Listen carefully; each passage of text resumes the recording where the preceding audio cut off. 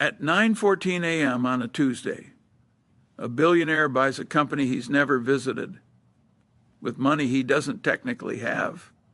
He doesn't check his savings account first. He doesn't move cash around. He doesn't budget for it. In fact, he barely touches money at all.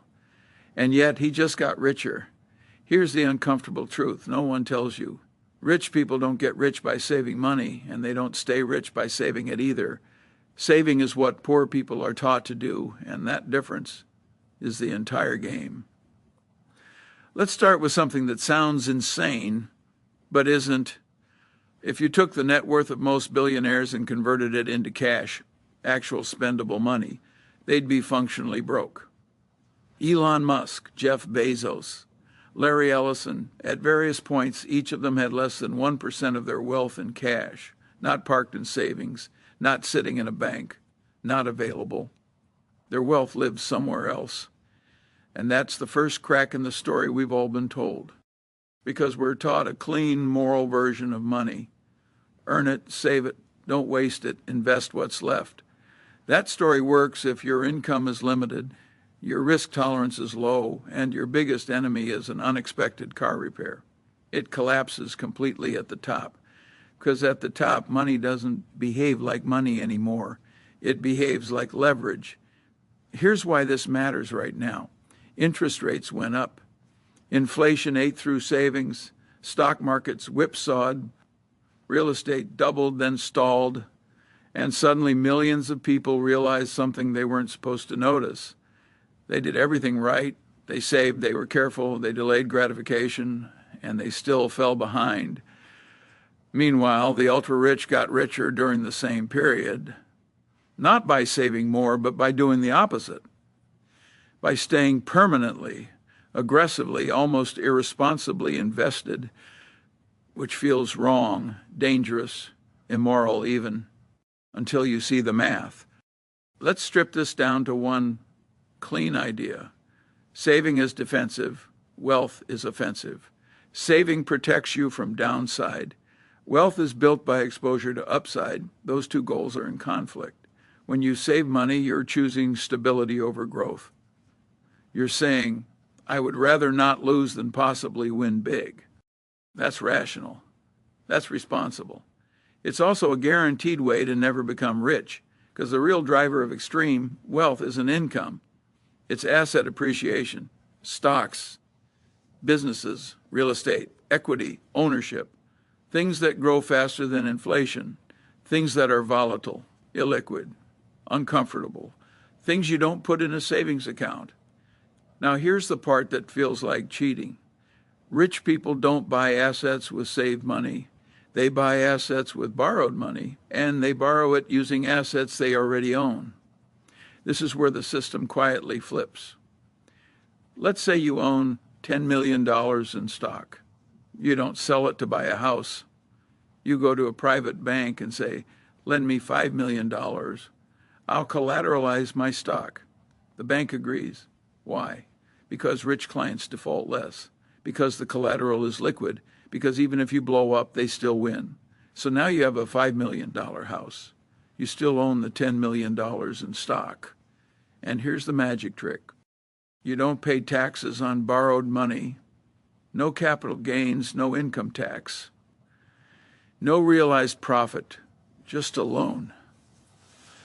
Meanwhile, your $10 million in stock keeps growing. At 8% a year, that becomes $21 million in about 9 years. Your loan is still $5 million. You got the house. You kept the stock. You avoided taxes. You doubled your net worth. You never saved a dollar. This strategy has a name. It's called buy, borrow, die. You buy assets. You borrow against them instead of selling. You die. When you die, your heirs inherit the assets at a stepped-up cost basis, which means the capital gains tax bill disappears. The loan gets paid off. The stock stays in the family. The tax never gets collected. It's legal. It's boring. It's devastatingly effective.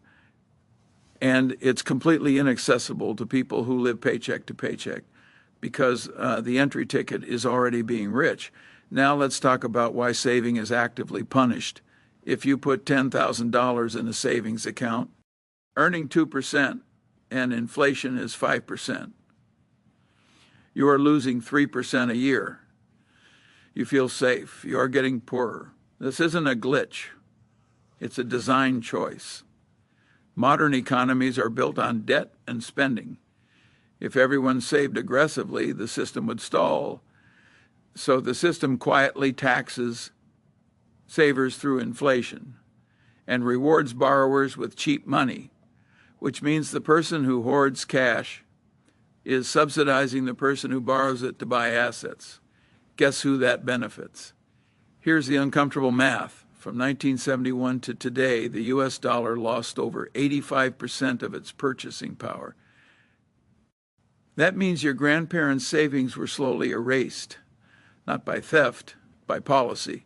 During that same period, the stock market went up more than 10,000%. Real estate prices exploded.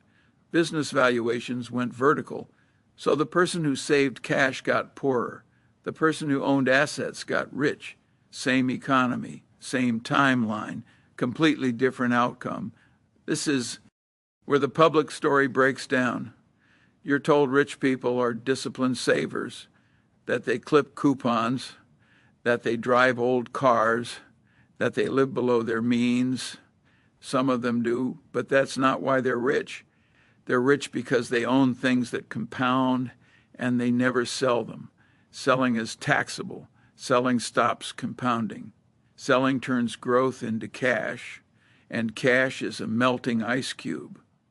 So they hold, they borrow, they wait. Now here's the irony. Poor people are forced to save because they can't afford volatility. Rich people can afford volatility because they don't need to sell.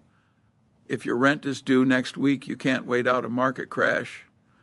If your lifestyle is funded by dividends, interest, and loans, you can ignore a crash. You can buy more. Volatility stops being a threat. It becomes a shopping opportunity. Let's put numbers on this. 2 people, same income, same age. Person A saves $500 a month into a savings account at 2%. After 30 years, they have about $245,000 adjusted for inflation. Much less, person B invests $500 a month into an index fund at 8%. After 30 years, they have about $745,000, 3 times more. Same effort, same sacrifice, same timeline, different vehicle, and this still understates the gap because person B can borrow against that portfolio. Person A cannot borrow against a savings account in any meaningful way, which means person B can buy a house without selling investments. Person A has to liquidate, which resets the compounding clock again and again and again. This is why the advice to save your way to wealth quietly ruins people. It feels responsible. It feels mature. It feels safe. It's also mathematically doomed because the game is rigged toward ownership and leverage, not thrift. Now let's talk about incentives. Banks don't want your savings. They want your debt. Savings cost them money. Debt makes them money. They pay you 2%. They lend it out at 8. Your savings account isn't a gift. It's raw material. And rich people understand this. They don't fund banks. They use them. Even the phrase net worth hides the truth. Net worth isn't money. It's a score in a system built on paper valuations. If a billionaire sells everything tomorrow, markets crash, so they don't sell. They live off loans and dividends. They keep the machine running. They never touch the principal. And this is where the whole thing turns a little absurd. The people with the most money are the people who use money the least. They use credit, they use equity, they use leverage, they use money as a signaling device to access more money. It is recursive. And once you're inside that loop, it's almost impossible to fall out. Now zoom out. What happens when an entire economy rewards borrowing and punishes saving? You get asset bubbles. You get housing that only investors can afford. You get stock markets disconnected from wages. You get people working full-time and still falling behind because their labor income grows at 3% and asset prices grow at 8%. The gap compounds quietly, relentlessly. This isn't a conspiracy. It's just arithmetic plus policy, low interest rates, loose money, tax incentives for capital. All of it nudges wealth toward people who already have assets and away from people who don't. Saving in that environment isn't virtuous. It's submissive. So why does the myth persist? Why are people still told to save? Because the system needs savers. It needs deposits. It needs people who take risks. It needs a class that behaves predictably. And it needs them to believe that patience will be rewarded. Eventually, meanwhile, the rich are doing something else entirely. They're staying illiquid. They're staying leveraged. They're staying exposed. They're staying uncomfortable on purpose. Here's the part no one likes hearing. The rules for building wealth are not the rules for protecting stability, and you cannot follow both. At some point, you have to choose safety or upside, certainty or leverage, say or ownership. And the people at the top chose a long time ago.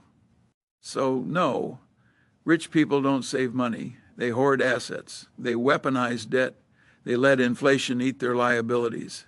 They let compounding do the work. And they let the tax code clean up the mess at the end, which leaves one quiet, unsettling question.